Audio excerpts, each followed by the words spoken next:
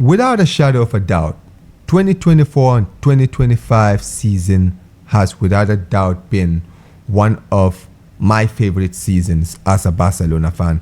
It's been a long time since we've been in this position as Barcelona fans where we feel like our club is relevant again. Our club is amongst the best in Europe again.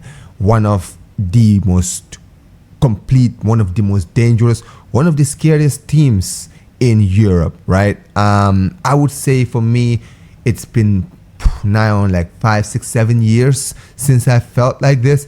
And as amazing as this season has been and everything that we've seen, right, there's a lot of people that I think deserve a lot of credit for this amazing season. Obviously, the most obvious one that people are going to call out is the manager, and quite rightfully so. Hansi Flick has been amazing, right? What an amazing first season. To do the domestic treble this season, to potentially almost completing a quadruple, to being in a Champions League semi-finals, things that as Barcelona fans we didn't really expect at the start of the season. We were just happy to just, maybe just get one trophy at the end of the season, but to potentially could have won every trophy that there was available, you can't really say anything else than amazing, and bravo, appreciate Hansi Flick. He's definitely had a 10 out of 10, 20 out of 10 season. And look, like I mentioned, there's a lot of people that you need to thank for this. But as much as people have been giving a lot of credit to Hansi Flick, and quite rightfully so, of course. I'm one of the people who are going to give him all the credit in the world. But there's another person who I feel like, people don't talk about enough, right? And this video is actually to give this man his just desserts, because he absolutely deserves to be put in the spotlight. And his name is Joan Laporta. Joan Laporta, ladies and gentlemen, is without a doubt not just one of the greatest presidents, but just one of the best sportsmen of all time. Like, without a shadow of a doubt. What this man has been able to do at Barcelona, how he's been able to revolutionize this club with all of the issues that Barcelona have had to deal with since the start of his tenure in 2021, right? Which is, by the way, his second term, right? Because this is not the first time he's been president. He was president before, and we're going to get into all of that. But I'm just going to focus on right now, right?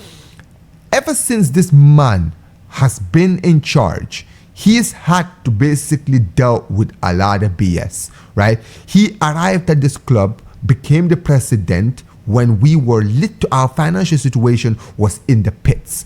We looked like we were gonna go bankrupt, we were gonna go out of business. People don't realize, but we were over £1 billion in debt.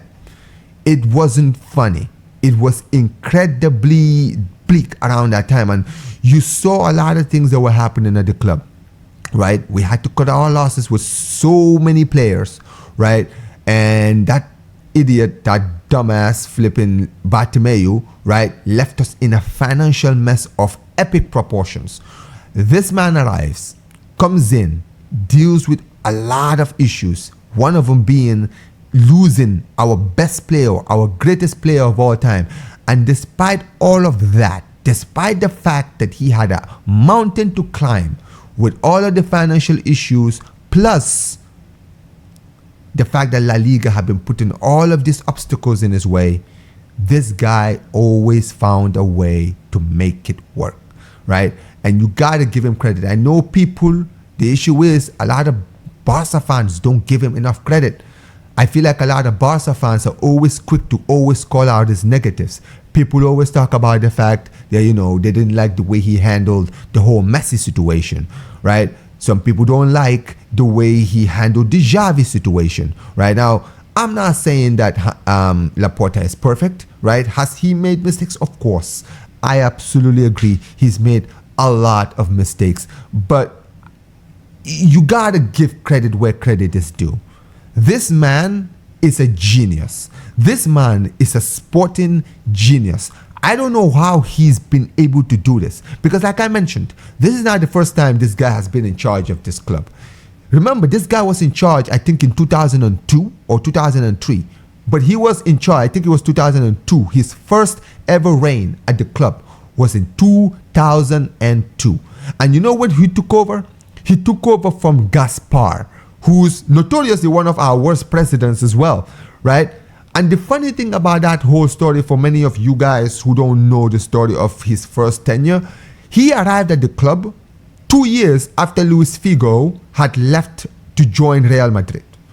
When he left, Gaspar was paranoid because he now realized that Real Madrid could buy our players and basically just go to the banks, trigger the buyout clause, and then just buy our players. And as a result, he became paranoid. He started giving these players these monster contracts that they didn't deserve, and giving all of these players ridiculous buyout clauses, which is funny because doesn't that sound familiar? If it doesn't, it should. And you know what the funny thing is? Gaspar, just like the guy who Laporta just took over from in 2021, spent so much money on so many flops in that time, right? We bought guys like Overmars who didn't work out. We bought players like Petit who didn't work out. There were so many players that we bought around that time that did not work out. And as a result, by the time that guy left, by the time Gaspar left, we were in the financial pits at the time, right? Laporta took over from then. He took over from that situation. And then what happened? Within 2 years, he'd won us a league, which is ironic because his second reign, within 2 seasons, he won the league. When we were basically supposed to be broke, no players, no good players, all of this stuff, this guy still managed in 2004 to win the league. He was still able to attract top world-class players despite the fact that Barcelona didn't have as much money as some of the other clubs in world football, like Real Madrid at the time, who were building a Galacticos, right? Which is funny because even in this era, with all of the financial situation we've had, we've still been able to bring in players like Lewandowski from Bayern Munich, right? And that's the same thing. He brought in Ronaldinho in 2003. He brought in Samuel Eto'o from Mallorca. And look at how all of these players ended up doing well. But you know one thing he did? It's the same thing he's done in this generation as well. The trust in the academy. Because around that time in the early 2000s, look at the amount of players La Masia produced. The jewel in the crown is obviously Lionel Messi. You had guys like Xavi, Andres Iniesta, Sergio Busquets later on in the future, right? Players like Thiago in the future. Even guys like Boyang, who ended up didn't, reach their potential, but they were great at some point. There were so many players who absolutely were given an opportunity, and just like in this era, you've got the jewel in the crown in Yamal. But you have players like Balde, players like Casado, players like Gavi, right? And you've seen guys like Ansu who things are now working out for them. But look at all of these players. And it's all down to him. Because at the end of the day, Barcelona had a financial issue, right? People were wondering what we were going to do. He said, okay, well, listen, let's do what we do best. Let's focus on our academy. Because we have the best academy in the world. And it's worked out well. Look at how in short span of 4 years, we've been able to build a squad, not just from buying players, but basically from homegrown players. And this all comes from him. And another thing that I need to give a lot of credit to Laporta is this. It's his managerial appointments. In 2002, right, he brought in Frank Rijkaard, who had gotten Sparta Rotterdam relegated, I think the season before he joined Barca. Everyone, including that absolute douchebag, dickhead, flipping Sandro Rosell, right, tried to persuade him to not do it. But Johan Cruyff, who was actually, one of his advisors, was actually the one who was like, listen, give this guy a chance. He is the manager we need now. He's the manager we need now. Maybe not for the future, but right now, he's the guy that will make this work. And everyone was thinking this guy was an idiot for thinking that. But look at what Rijkaard did. Many people don't rate Rijkaard, but look at what Rijkaard did. Rijkaard, in his tenure, gave a chances to players like Iniesta to shine, right? And in the end, by the time he left, he won a league, he won a Copa del Rey, and he won a Champions League. The guy had success. And then in 2008, when he left, guess who took over? Pep Guardiola. And you know who Pep Guardiola took over from? He was in competition with Jose Mourinho. And let me remind you guys, this is not Jose Mourinho of today. This is Jose Mourinho back in 2008. Okay? This is prime at his best, just at Chelsea win 2 back-to-back league titles, Mourinho. Okay? And everyone thought Mourinho was going to become the Barcelona manager. Guess what? Laporta said no. He doesn't fit our style of football. His style of football doesn't work with what we're trying to build. Give it to Pep. Everyone thought it was a stupid decision. Guess what? It became one of the most amazing, genius decisions that football probably has ever seen. And look at in this era. We had Koeman, who wasn't good enough and wasn't a guy who was going to survive under Koeman. Under Laporta. Laporta got rid of him. Guess what he did? He went in and brought Xavi. Xavi was doing well in Asia, right? But this is the thing with Xavi, right? A lot of people didn't think Xavi was ready for Barcelona. But you know who believed in him?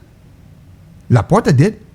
Laporta gave him an opportunity. Laporta said, I'm building this team around you. Guess what? Many people can say whatever they want to say about Xavi. But Xavi was at Barcelona for 2.5 seasons and he won a league and a Super Cup. That is more than many football fans expected from him in the first place. Right? And then Xavi leaves. Guess what he does? He goes and hires Hansi Flick, a guy who 2 years ago had just been embarrassed in the World Cup. Many people were saying he's overrated because he didn't do well with the German national team. Well, what is everyone saying now? This is his first season and he's won a domestic treble. And not only has he done the domestic treble, he's basically been playing some of the most amazing football that anyone has ever seen. This Barca team, who, let me remind you all, were trophyless last season. We were not competing in any competitions. We were barely in the title race. We were definitely not nowhere near one of the best teams in Europe, right? In the Copa del Rey, we got knocked out in the round of 16. We were in the pits last season. And this same squad, plus one player, by the way, just one, in Dani Olmo, the same squad went on this season to go win every single trophy in Spain, but also went 90 seconds away from a Champions League final. Like, it's incredible. And like I mentioned, we gotta give the props to Joan Laporta because he is the brains behind all of this. He's the guy that hires these managers. He's the guy that gives the belief on La Masia. He is the guy who makes the business decisions, right, that could favor the club. Because this is the thing. If you look at the whole Messi situation, that was basically his hands were tied. Because if he had given Messi the contract, long term, Barcelona would have regretted that move. So he thought of what was best for the club at the time, so he did what he had to do for the future of the club. And it's just incredible. Like I've just mentioned, people always talk about a lot of presidents, right? And there's a lot of good presidents. Like, you know, people will say Florentino Perez. Listen, with all due respect to Florentino Perez, right? And I'm not going to disrespect him. That guy is a G, right?